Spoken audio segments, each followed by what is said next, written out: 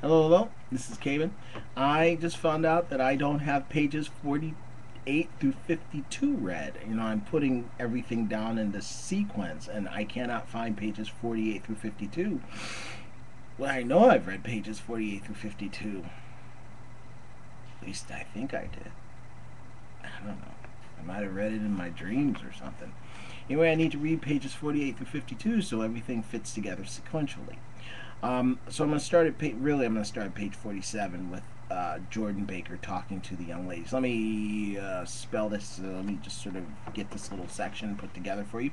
This is the first party that Nick Carraway is getting an opportunity to go visit of his next door neighbor Jay Gatsby, and it is an incredible to do, big affair, and it's also a big deal for F. Scott Fitzgerald because he spent so much time describing down to the almost to the bolt of the chairs themselves, how this place looks, the music that's going on, the way the people are dressed. It is just beautiful. It's, to me, maybe one of the most important sections of the book. This is where we're first introduced to Jake Gatsby. This is the opinion people have about him, all the secrets. Nobody really knows him, but they all go to his party.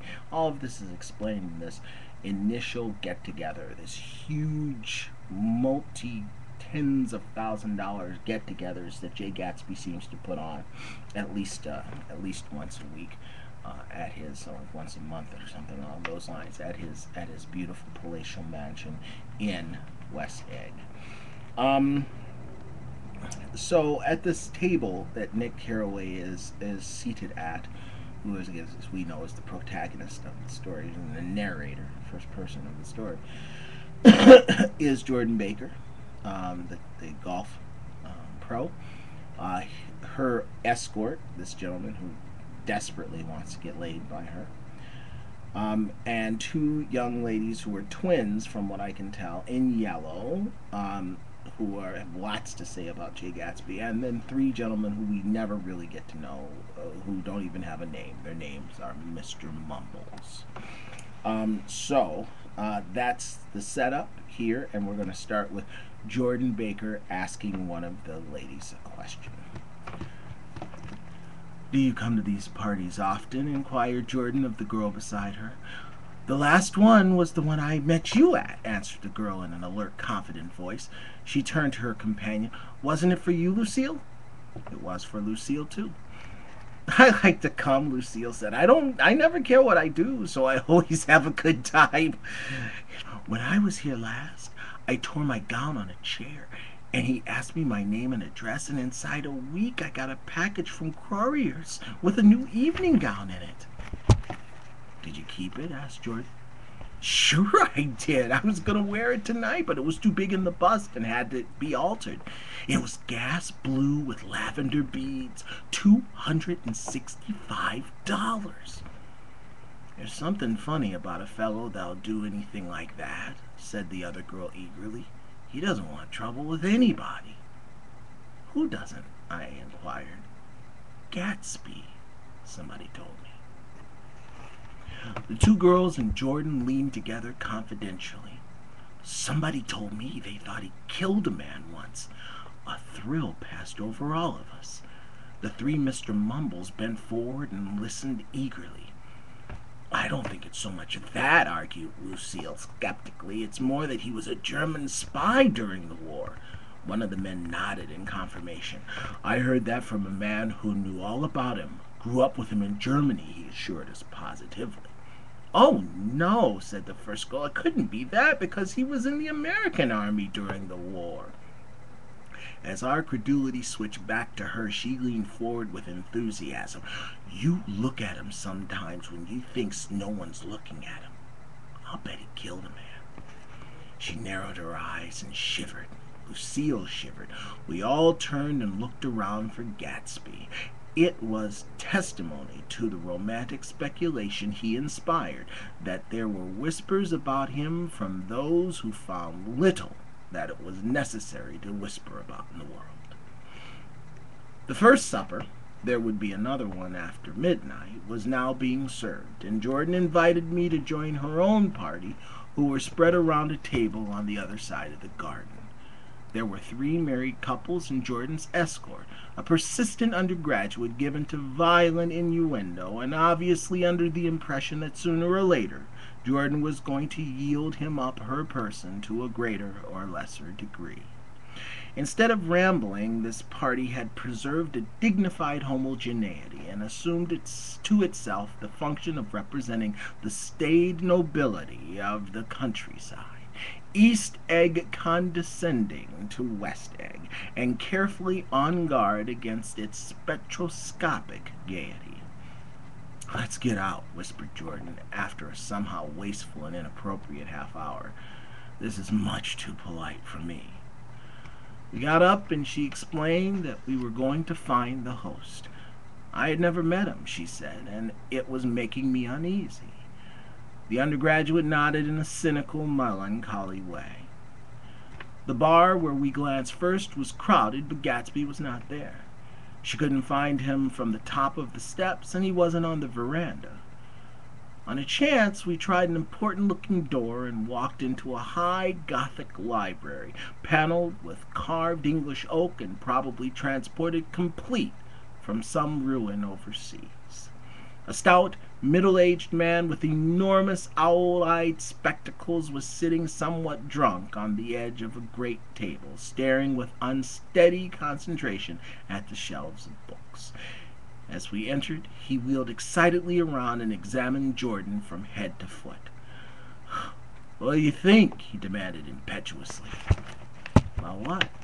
He waved his hand toward the bookshelves. "About that. As a matter of fact, you needn't bother to ascertain. I ascertain. They're for real." "The books?" He nodded. "Absolutely real. Have pages and everything. I thought they'd be nice, durable cardboard. Matter of fact, they're absolutely real. They're pages and... Here, let me show you." Taking our skepticism for granted, he rushed to the bookcase and returned with Volume 1 of the Stoddard Lectures. "See," he cried triumphantly, "it's a bona fide piece of printed matter. It fooled me. This fella's a regular Belasco. It's a triumph. What thoroughness! What realism! Knew when to stop, too. He didn't cut the pages. What do you want? I mean, what do you expect?" He snatched the book from me and replaced it hastily on its shelf, muttering that if one brick was removed, the whole library was liable to collapse. "Who brought you?" he demanded. "Or did you just come?" I was brought. Most people was brought." Jordan looked at him alertly, cheerfully, without answering. "I was brought by a woman named Roosevelt," he continued. "Mrs. Claude Roosevelt. Do you know her?" "I met her somewhere last night. I've been drunk for about a week now, and I thought it might sober me up to sit in the library." "Has it?" "A little bit, I think. I can't tell yet. I've only been here an hour." "Did I tell you about the books? They're real. You told us." We shook hands with him gravely and went back outdoors. There was dancing now on the canvas in the garden, old men pushing young girls backwards in eternal, graceless circles, superior couples holding each other tortuously, fashionably, and keeping in the corners, and a great number of single girls dancing individualistically or relieving the orchestra for a moment of the burden of the banjo or the traps. By midnight, the hilarity had increased. A celebrated tenor had sung in Italian, and a notorious contralto had sung in jazz, and between the numbers people were doing stunts all over the garden, while happy, vacuous bursts of laughter rose toward the summer sky.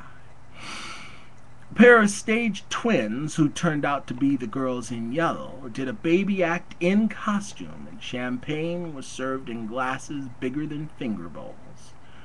The moon had risen higher, and floating in the sound was a triangle of silver scales, trembling a little to the stiff, tinny drips of the banjos on the lawn. I was still with Jordan Baker. We were sitting at a table with a man of about my age and a rowdy little girl who gave way upon the slightest provocation to uncontrollable laughter. I was enjoying myself now. I had taken 2 finger bowls of champagne, and the scene had changed before my eyes into something significant, elemental, and profound. At a lull in the entertainment, the man looked at me and smiled. "Your face is familiar," he said politely. "Weren't you in the 3rd Division during the war?" "Why, yes, I was in the 9th Machine Gun Battalion." "I was in the 7th Infantry until June 1918. I knew I'd seen you somewhere before." We talked for a moment about some wet, gray little villages in France, and evidently he had lived in this vicinity, for he told me that he had just bought a hydroplane and was going to try it out in the morning. "Want to go with me, old sport? Just near the shore along the Sound." "What time?" "Any time suits you best." It was on the tip of my tongue to ask his name when Jordan looked around and smiled. "Having a gay time now?" she inquired. "Much better." I turned again to my new acquaintance. "This is an unusual party for me. I haven't seen the host. I live over there." I waved my hand at the invisible hedge in the distance, and this man Gatsby sent over his chauffeur with an invitation. For a moment, he looked at me as if he failed to understand. "I'm Gatsby." Pages 48 to 52.